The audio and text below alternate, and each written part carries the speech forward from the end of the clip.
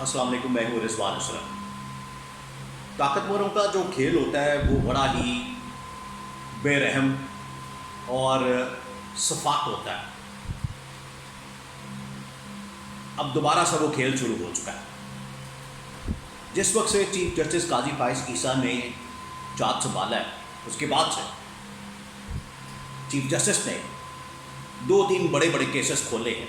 पहला केस जो उनकी जानिब से खोला गया वो था प्रैक्टिस एंड प्रोसीजर बिल। उसके ऊपर उन्होंने फुल कोर्ट बना दिया, और मज़ीद की बात यह है कि फुल कोर्ट बना के उसकी लाइव ट्रांसमिशन चला दी। यानी कि लाइव वो चल रहा था और चलता रहा तकरीबन कोई 8 घंटे। उसमें से बहुत सारे लोगों ने कहा कि इनकी जो असलियत है जजेस के वो खुल के सामने आ गई। लेकिन ये इस वक्त हमारा मौजू नहीं है कि उसमें क्या हुआ। बड़ा केस खोला, practice and procedure, full court बना दिया, और उसके बाद बड़ा स्पीड से काम चीफ जस्टिस काजी फाइज ईसा की जानिब से किया जा रहा है, जो कि कुछ टीवी चैनल्स रिपोर्ट कर रहे हैं, उसके ऊपर बात कर रहे हैं। इससे पहले जो टीवी चैनल्स बात करते थे जस्टिस सोमरत बंदियाल के ऊपर, वो तो बड़ा नेगेटिव प्रोपेगेंडा करते थे। अब चीफ जस्टिस काजी फाइज ईसा की जानिब से एक और बड़ा अहम तरीन केस जो कि बराह रास्त पाकिस्तान के इस्टेब्लिशमेंट के साथ ताल्लुक़ रखता है, वो है फैज़ाबाद धरना केस।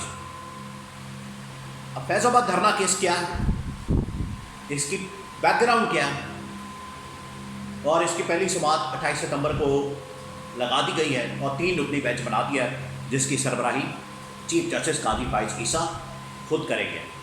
आपने इसकी बैकग्राउंड को समझना है, और ये कितना बड़ा केस है, जिसकी वजह से पाकिस्तान में जब से ये खबर आई कि उनकी जानिब से इस केस को टेकअप कर लिया गया, क्योंकि ये रिव्यू पिटिशन आई थी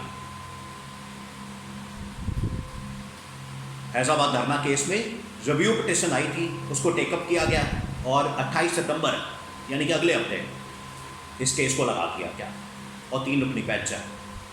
अब इसकी बैकग्राउंड आपने समझनी है, और ये कितना बड़ा केस है। बैकग्राउंड में मैं आपको ये केस की कॉपी मेरे पास मौजूद है, इसकी थोड़ी सी मैं आपको 3-4 बड़ी बातें बता देता हूँ, तो आपको समझ आ जाए कि ये केस क्या है और इसमें आगे अब होना क्या।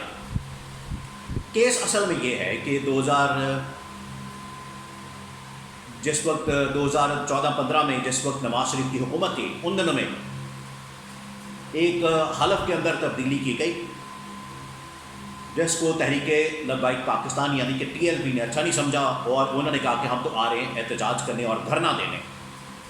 पहले वो लाहौर आ गए। लाहौर वालों ने कहा, पंजाब वालों ने कहा कि हमारा तो इस केस से कोई ताल्लुक़ नहीं, आप इस्लामाबाद जाएँ, वफाकी हुकूमत का इससे ताल्लुक़ है। उस वक्त शायद फरकान अब्बासी की हुकूमत आ चुकी थी, तो ये आप जाएँ वहाँ पर, और जाके वहाँ पर नहीं, जिस वक्त फैसला आया था उस वक्त शायद फरकान अब्बासी की हुकूमत थी, इससे पहले तो नवाज शरीफ की हुकूमत थी जब धरना था। तो वो इस्लामाबाद चले गए। अब इस्लामाबाद में जाके बैठ गए। उस वक्त अल्लामा खादिम हुसैन रिजवी हयात थे, उनकी सरबराही में, लीडरशिप में ये बैठ गया वहाँ पर फैज़ाबाद के इलाके में धरना। तो वहाँ पर धरना दिया गया। धरना जब ख़त्म हुआ, उस मौके पे एक मुआहदा किया गया, मुआहदा साइन किया गया। उस मुआहदे के ऊपर जनरल फैज़ हमीद साबिक DG ISI, जो उस वक्त DGC थे ISI में, उनके दस्तखत हैं, TLP के सरबरा के दस्तखत हैं, एहसन इकबाल जो उस वक्त वज़ीर दाखिला थे, उनके दस्तखत हैं। तो ये केस उस वक्त टेकअप किया गया, और उस वक्त जस्टिस काजी फाइज ईसा ने ये फ़ैसला दिया इसके ख़िलाफ़, और इसमें बहुत सारी चीज़ें लिखी गई। एक तो ये कि पाकिस्तान की एजेंसीज़ और इस्टेब्लिशमेंट को पाकिस्तान की इस तरह की सियासत में मुदाखलत नहीं करनी चाहिए, इस तरह के मामलात में मुदाखलत नहीं करनी चाहिए। दूसरा ये कि उन्होंने कहा कि पाकिस्तान के अंदर ये जो मुदाखलत का सिलसिला बंद होना चाहिए, और इनका किरदार क्या है, जिसने भी इसमें रोल प्ले किया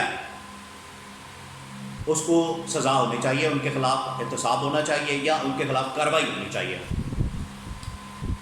खैर, वो फ़ैसला भी आ गया, उसके ऊपर रिपोर्ट भी आ गई, जिसके अंदर ये सारी तजावीज़ वगैरह दी गई। अब इसके ऊपर रिव्यू पिटिशन आई है ISI की जानिब से, अटॉर्नी जनरल के ऑफिस से ये रिव्यू पिटिशन फाइल की गई है, چیف جسٹس قاضی فائز عیسیٰ کے سامنے. اب وہ چیف جسٹس بن گئے ہیں, اس وقت وہ چیف جسٹس نہیں تھے. اور جب یہ فیصلہ دیا گیا پھر یہ کہا گیا کہ عمران خان کے دور حکومت میں جب جسٹس قاضی فائز عیسیٰ کے خلاف ریفرنس بھیجا گیا اس کا اصل میں تعلق اسی کیس سے رکھتا ہے. اسی کیس کی وجہ سے قاضی فائز عیسیٰ کو ٹارگٹ کیا گیا اور ان کے خلاف ریفرنس بھیجا گیا. آج تو وہ چیف جسٹس ہیں, اس لیے یہ کیس بڑا اہم ہو گیا. یہ کیس بہت اہمیت اختیار کر گیا ہے. دیکھیے فیصل واڈا پچھلے تقریباً 10-15 دن سے اس طرح کی پروٹیکشن کر رہے ہیں, بڑی حیران کن ہے, بہت حیران کن ہے. فیصل واڈا نے پہلے پروٹیکشن کی جس وقت عمر عطا بندیال ریٹائر ہونے والے تھے. انہوں نے کہا کہ یہ اب عمر عطا بندیال جاتے جاتے بہت بڑا فیصلہ کرنے والے ہیں. کس سے متعلق ہے وہ جی نیب ترامیم سے متعلق, کہ نیب ترامیم فارغ ہونے والی ہیں, اڑنے والی ہیں. وہی ہوا, نیب ترامیم فارغ ہو گئی, کیسز کھل گئے. پھر فیصل واڈا نے کہا کہ یہ جسٹس قاضی فائز صاحب چیف جسٹس بن گئے ہیں, یہ اب ایک اور کیس کھولیں گے جو کہ پاکستان کی سیاست میں بنچال لے آئے گا. اور وہ کیس بہت بڑا کیس ہے, اور وہ یہ کیس تھا فیض آباد کا. انہوں نے اشاروں میں بتا دیا تھا کہ وہ چکوال سے تعلق رکھتا ہے. وہ چکوال اصل میں وہ ریفر کرتے ہیں جنرل فیض حمید سے. تو یہ اب بہت بڑا کیس کھل گیا پاکستان کی تاریخ کا, جس کے اندر اس وقت کی اسٹیبلشمنٹ جنرل باجوہ, جنرل فیض حمید, اس وقت کے بلکہ ڈی جی ISI جنرل نوید مختار, دستخط حالانکہ جنرل فیض کے ہیں. تو چلیں یہ جب سماعت ہوگی 28 ستمبر کو تو یہ بہت بڑا کیس کھل گیا, اور اس کی وجہ سے پاکستان کی سیاست میں بنچال آ گیا.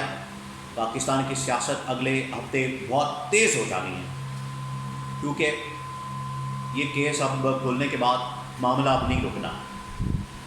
یہ اب گیم آن ہو گئی ہے, معاملات اب اس طرف چلے گئے ہیں جہاں پر یہ ڈیسائیڈ ہونا ہے. دیکھیں یہ والا کیس فیصلہ کرے گا کہ پاکستان کی آگے سیاست کیا بنی ہے. پہلی سماعت یہ آپ کو بتا دیں گی, پہلی سماعت کہ چیف جسٹس قاضی فائز عیسیٰ کا ذہن کیا ہے اور اس بارے میں وہ کیا سوچتے ہیں. ان کے ساتھ 2 اور مؤسس جج صاحبان ہیں, 3 رکنی بینچ ہے, تو یہ بتا دے گا کہ ان کا مائنڈ کیا ہے, ان کی سوچ کیا ہے, ان کی اپروچ کیا ہے.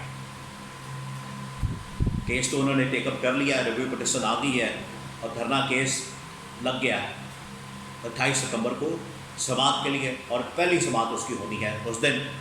اور اس دن ہی پتہ چل جائے گا آخرکار یہ معاملہ کہاں جاتا ہے.